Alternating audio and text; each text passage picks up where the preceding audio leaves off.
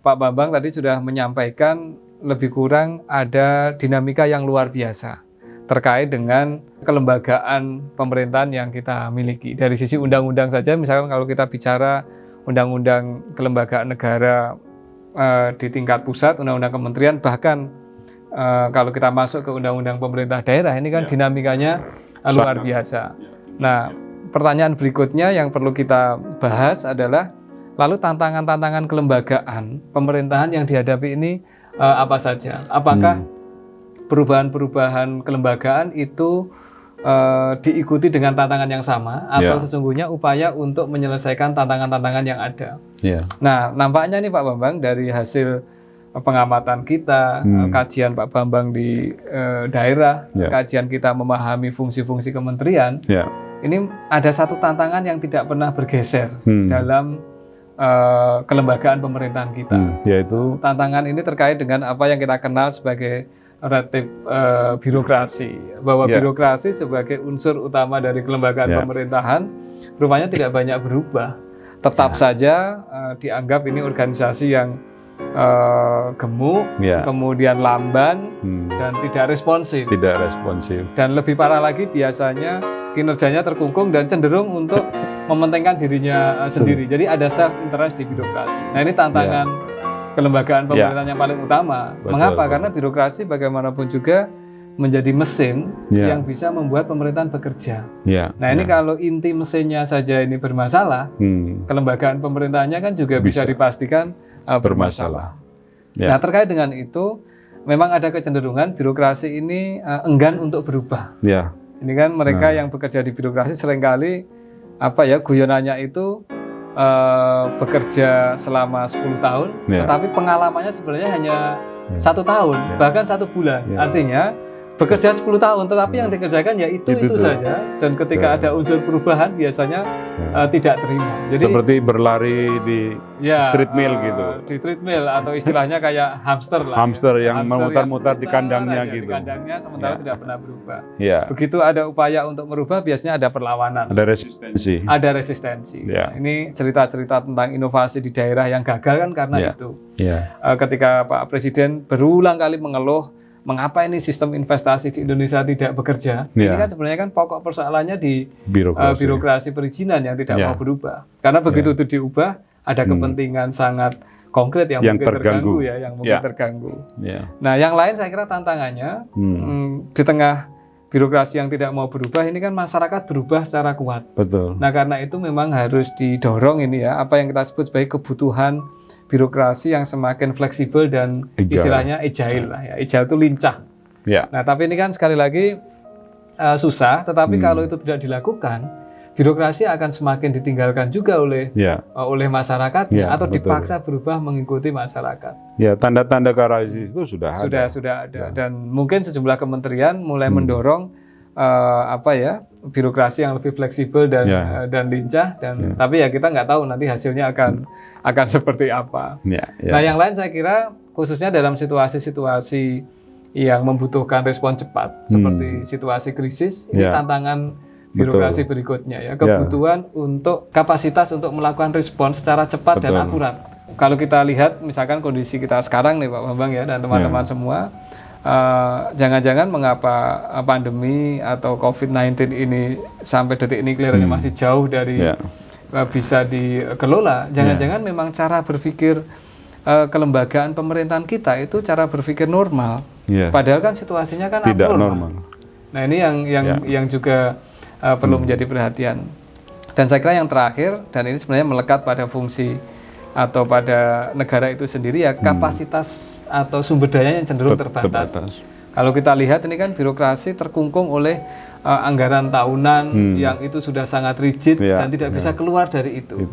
Nah, sementara kalau kita bandingkan dengan institusi private misalnya, mereka cenderung punya fleksibilitas dan ruang untuk berinovasi bahkan dari sisi sumber daya.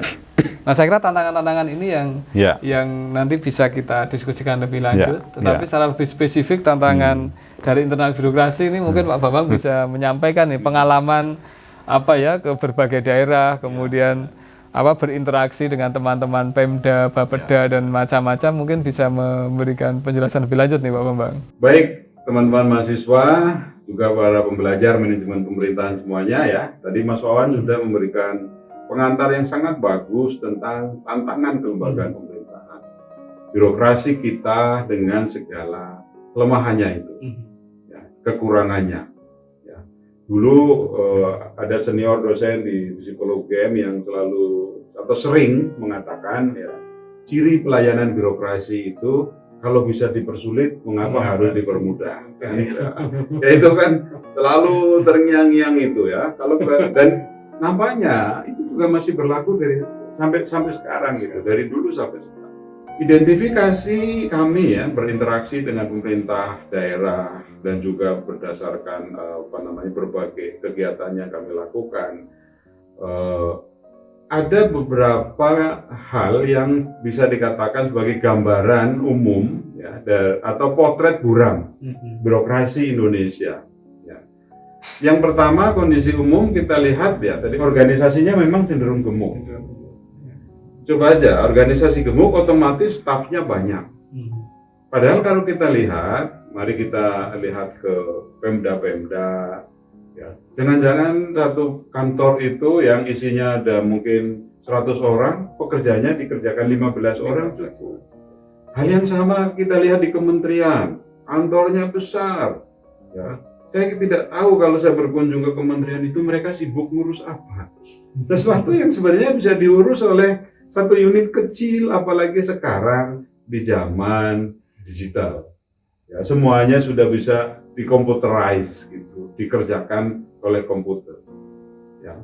Jadi organisasi gemuk, lalu stafnya cenderung banyak. Karena itu dulu salah satu presiden kita mengatakan birokrasi sebenarnya keranjang sampah, yaitu tempat untuk melempar ya, pengangguran. Ya, daripada nganggur, ditampunglah di dalam birokrasi.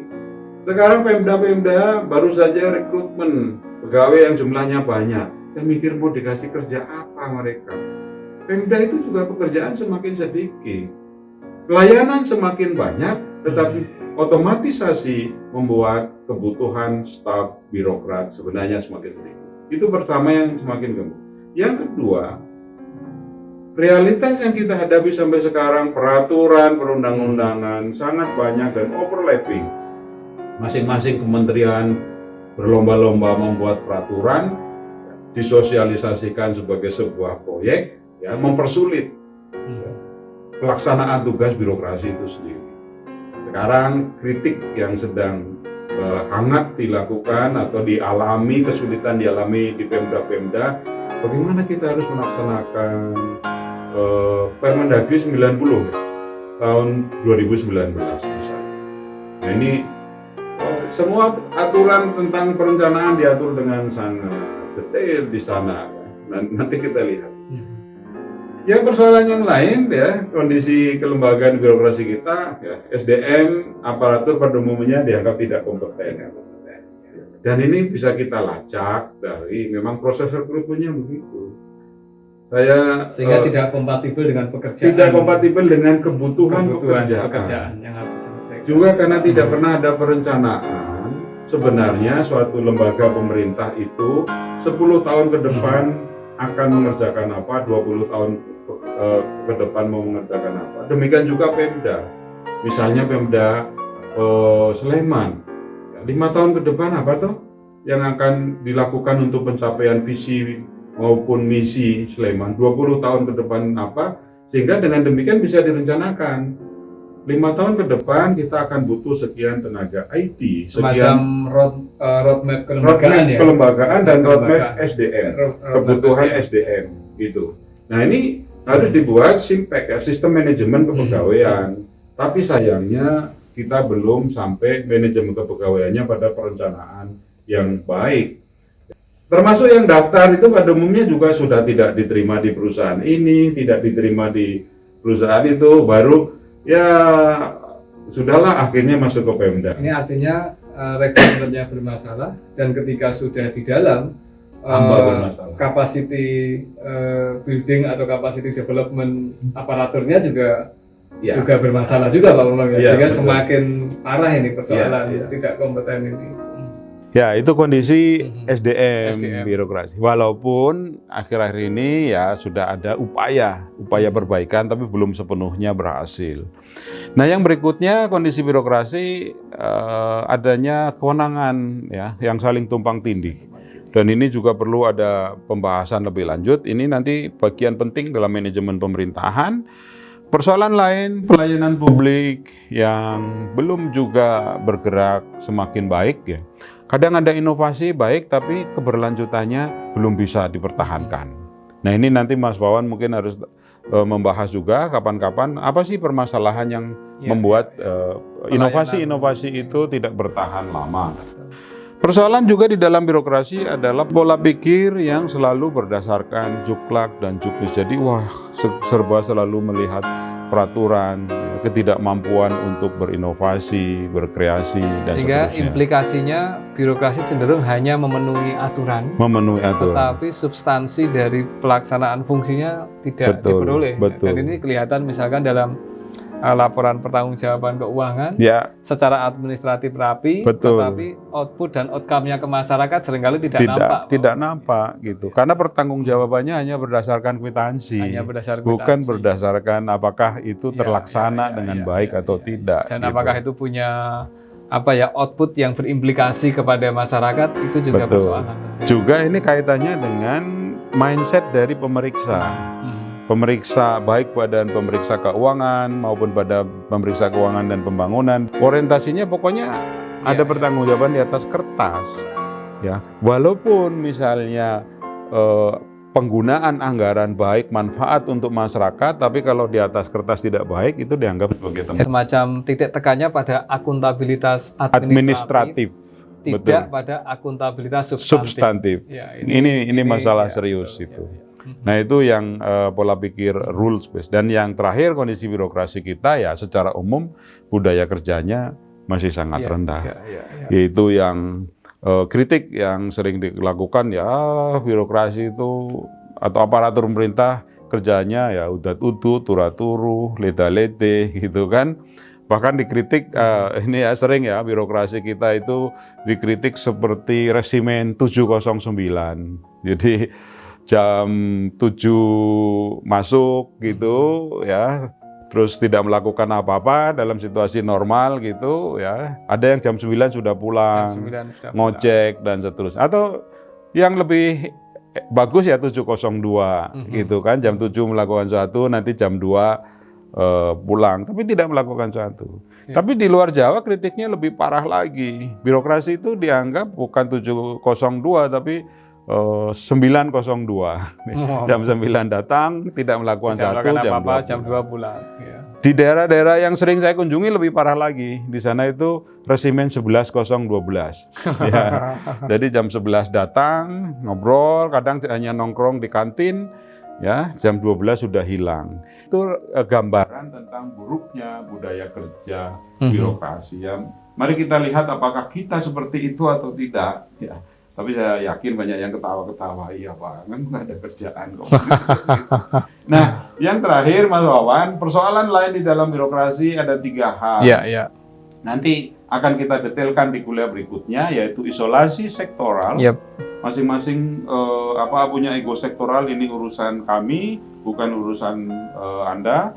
Ya, kaitannya biasanya kalau ada pekerjaan yang memang butuh anggaran. Gitu. Iya. Tapi kalau pekerjaan tanpa anggaran ya harus dibagi-bagi. Ini artinya isolasi sektoral ini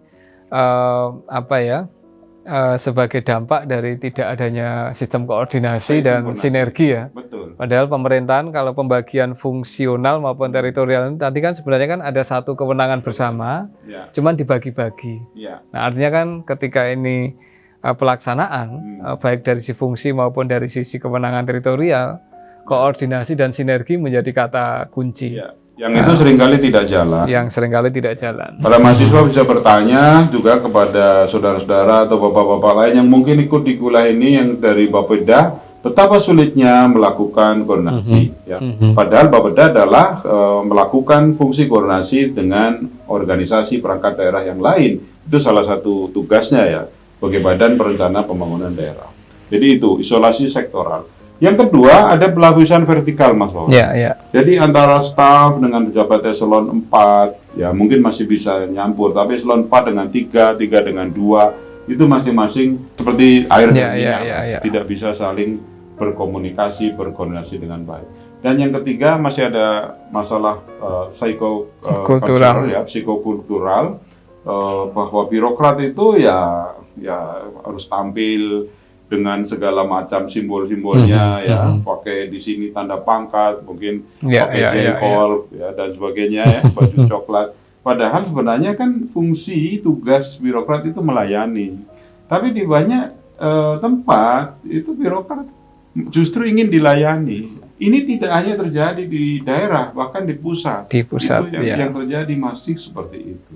Tentu saja tidak semua ya, untuk teman-teman para pejabat baik di daerah maupun di pusat yang memang Pak saya sudah bekerja serius gitu kan. Oh ya, hormat bekerja serius. Tapi mari kita sebarkan kesungguhan dalam bekerja itu. Artinya yang perlu merakyat itu bukan hanya bupati atau wali kota yang populis, tetapi birokrasi sendiri harus mulai merakyat ya Pak Bambang ya. Sehingga kemudian dengan cara itu kemudian ada kedekatan antara ini tadi birokrasi sebagai pengelola pemerintahan dengan masyarakat yang dilayani. Ya, reformasinya bukan hanya semata-mata reformasi administratif, tapi reformasi mindset sebagaimana Pak Bambang sampaikan tadi.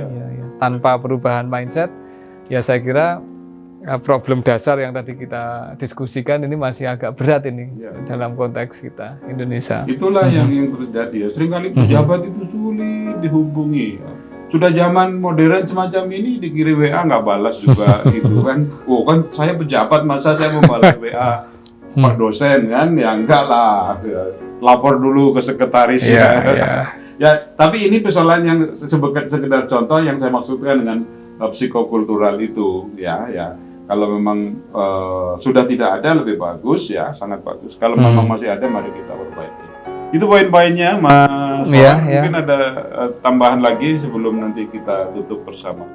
Ya, saya kira secara garis besar kita sudah mencoba untuk mendiskusikan dengan teman-teman mahasiswa dan semua peserta kuliah, mulai dari aspek pendefinisian kelembagaan pemerintahan, kemudian basis penyusunan kelembagaan pemerintahan yang fungsional dan teritorial, ilustrasinya secara lebih konkret termasuk dinamika kelembagaan yang berlangsung, serta yang terakhir yang baru saja kita diskusikan ini tadi terkait dengan tantangan-tantangan kelembagaan pemerintahan, baik itu tantangan yang bersifat personal di level individual birokrasi sebagai mesin pemerintahan, maupun tantangan yang bersifat lebih besar kelembagaan maupun sistem sistem. Nah, ini saya kira dengan penjelasan yang tadi Pak Bambang dan saya sampaikan, ini menjadi bahan renungan yang setelah ini bisa kita diskusikan lebih lanjut, bisa kita renungkan, dan siapa tahu justru menginspirasi bagi pengembangan kelembagaan pemerintahan, pengembangan sistem birokrasi sebagai mesin pemerintahan ke arah yang lebih baik. Saatnya berubah lah Pak, ini Indonesia Pak Bambang ya. Baik, pada teman-teman mahasiswa semua, siapkan catatan Anda untuk pertanyaan-pertanyaan yang nanti kita bahas di dalam diskusi melalui kelas online. Untuk sementara ini sampai di sini. Selamat terus mengikuti kuliah manajemen pemerintahan di minggu berikutnya, dan jangan lupa tetap bersama kami, saya Bambang Purwoko dan Mas Wawan Masudi yang akan selalu setia mendampingi Anda di kuliah manajemen pemerintahan. Dan jangan lupa silakan like and share channel ini. Oke, makasih.